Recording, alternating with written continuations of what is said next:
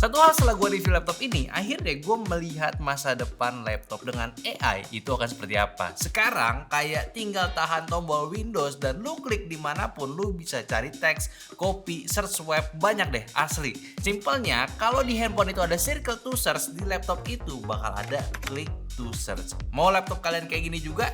Udah punya NPU lebih dari 40 TOPS belum? Oke, jadi fitur ini adalah salah satu fitur terbarunya laptop Windows yang bisa lu rasain sekarang kalau lu gunain laptop Asus VivoBook 14. Tepatnya varian 2025 serinya M1407KA. Ya, gua nggak akan nyuruh lu apalin kodenya. Gua pun masih nggak ingat kodenya apa barusan. Tapi kalau lu tertarik sama fitur-fitur AI yang ada di laptop itu sekarang semakin kaya, lu wajib search di e-commerce sekarang modelnya. Atau kalau nggak mau ribet, tinggal cek aja YouTube Shopping kita di bawah sini, atau di deskripsi juga ada di bawah, dan lu tinggal beli aja laptopnya.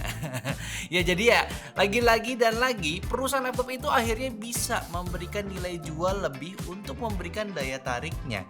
Gua pun kaget sih tiba-tiba mainnya mereka tuh langsung keluarin fiturnya ini. Soalnya kalau di handphone aja fitur itu sangat kepake, apalagi buat yang penasaran sama suatu hal yang tiba-tiba lewat, kita pengen punya ya tinggal search aja.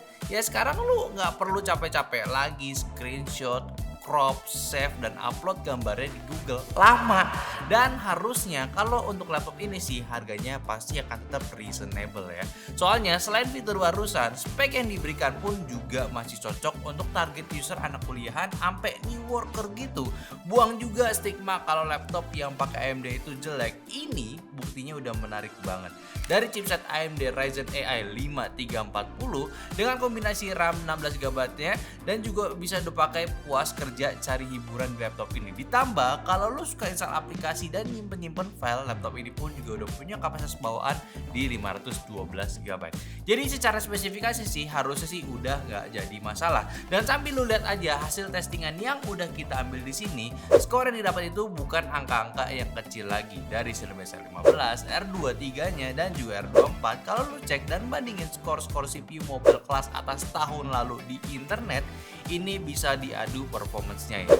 Cuma memang untuk GPU yang digunakan ini masih level AMD Radeon 840M, ini baru dan target penggunaannya itu ya masih di level user casual aja. Tapi jangan sampai skip untuk PC Mark 10-nya, performance casual use-nya ini udah berada di angka 5 ribuan gede. Jadi udah lebih dari cukup kalau lo gunainnya sekedar browsing dan meeting online aja. Plus yang gua agak kaget juga, Asus kasih pilihan SSD-nya ini bukan VSSD yang pelan. Jadi ya udah nggak usah khawatir lagi sih. Pakai buat ngedit tipis-tipis masih bisa diandelin, kayak buat ngedit video full HD udah aman banget. Ngedit foto juga masih bisa, apalagi sekedar buka Microsoft Word. Kalau buat main game ya selama gamenya itu CPU bound dan nggak membutuhkan GPU high performance juga masih aman, kayak lu main di CS2 settingan low, Valorant settingan medium low, Dota juga masih aman. Cuma kalau game-game AAA sih ya memang bukan targetnya laptop ini juga ya. Jadinya agak salah sih sama testing game-game kenceng kayak gini.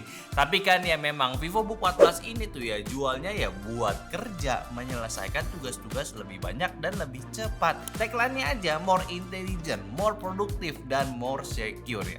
Jelas soal intelligent, Asus ini dikasih duluan nih fitur-fitur AI dari Microsoft. Karena ya laptop ini kan juga sudah punya NPU AMD Ryzen AI 50 TOPS dari chipsetnya ya. Dan si AMD ini ya jadi udah bisa nih manfaatin fitur-fiturnya. Bahkan fitur-fitur biasa yang sering gue mention di laptop yang berbasis AI kayak semacam Copilot, Windows Studio Effect, Live Caption jelas nggak absen di laptop ini. Sama fitur-fitur yang dikasih sama Asusnya pun juga ada kayak Story Cube. Ini aplikasi buat lo atur foto-foto yang lo simpen di laptop ini jadi lebih pinter lagi.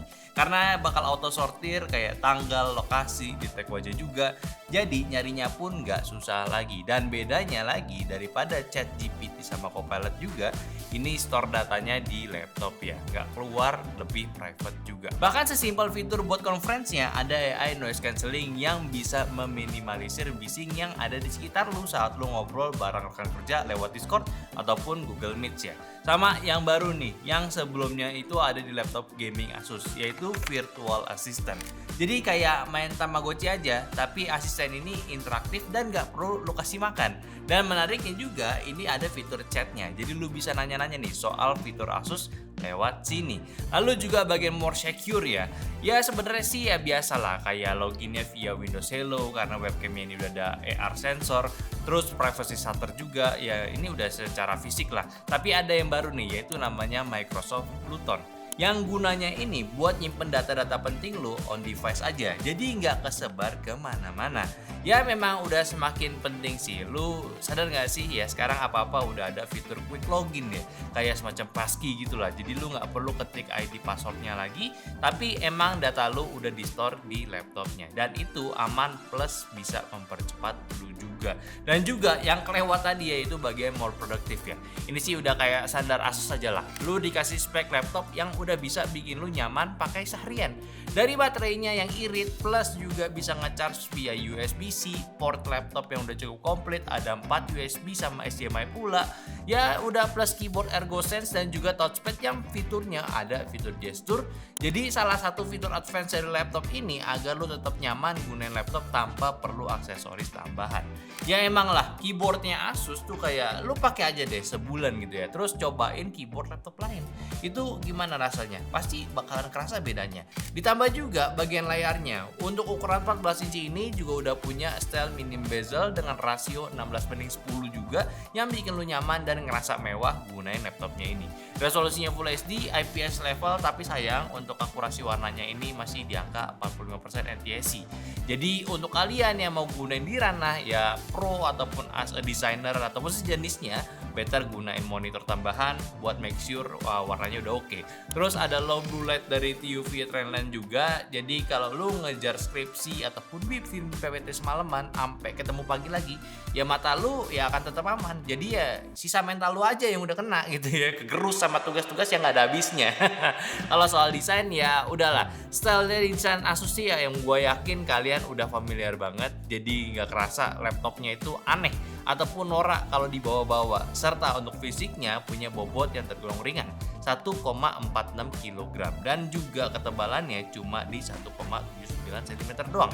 Plus juga udah punya standar military STD 810H, jadi ya udah pasti lebih durable untuk di kondisi-kondisi ekstrim ya. Terus juga kalau soal utilitas, ready Wi-Fi 6 sama Bluetooth versi 5.3. Jadi untuk connecting device-device lu sih ya udah nggak worry lemot ataupun boros listrik aja sih ya. Sama soal baterai yang tadi gue lupa mention ya, si Asus VivoBook 14 ini punya kapasitas di 42 Wh dan juga pengecasannya di 65 Watt. Jadi kalau lu punya charger yang sejenis, mending pakai charger handphone aja, kayak udah sama lah kapasitasnya.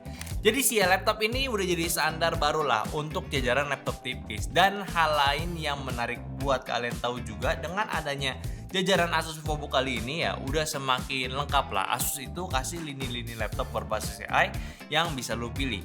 Dari awal tahun ini kan Asus biasanya keluarin varian dari ZenBook. Terus ada yang jelas gue yakin ya buat kalian-kalian yang masih terbatas budgetnya kan pengen punya juga nih, tapi kalau bisa lebih terjangkau, ya ini sekarang udah ada. Dan dari harganya yang udah kesebar sebelum laptop ini rilis pun, ini masih di ranah 12 jutaan doang, kayak udah makin aman dah lu bisa rasain fitur-fitur AI tanpa keluarin duit banyak.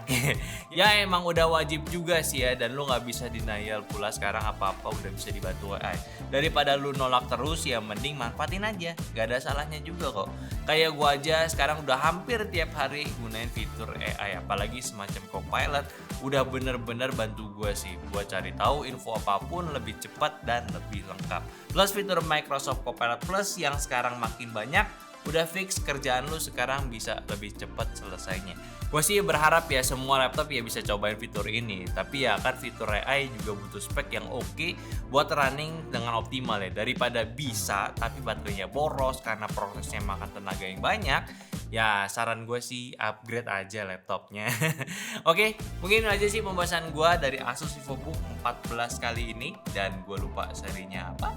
Tapi kalau kalian mau tanya-tanya soal laptop ini silahkan aja. Dan ini laptop menarik banget untuk kalian para pelajar dan juga yang baru kuliah. Tapi kalau mau beli langsung aja cek YouTube Shopee ataupun deskripsi. Dan jangan lupa juga untuk follow semua sosial media kita yang ada di Instagram, TikTok, Facebook, Discord yang semua ada di deskripsi. Dan terakhir, sampai jumpa di video nyantai selanjutnya. Bye.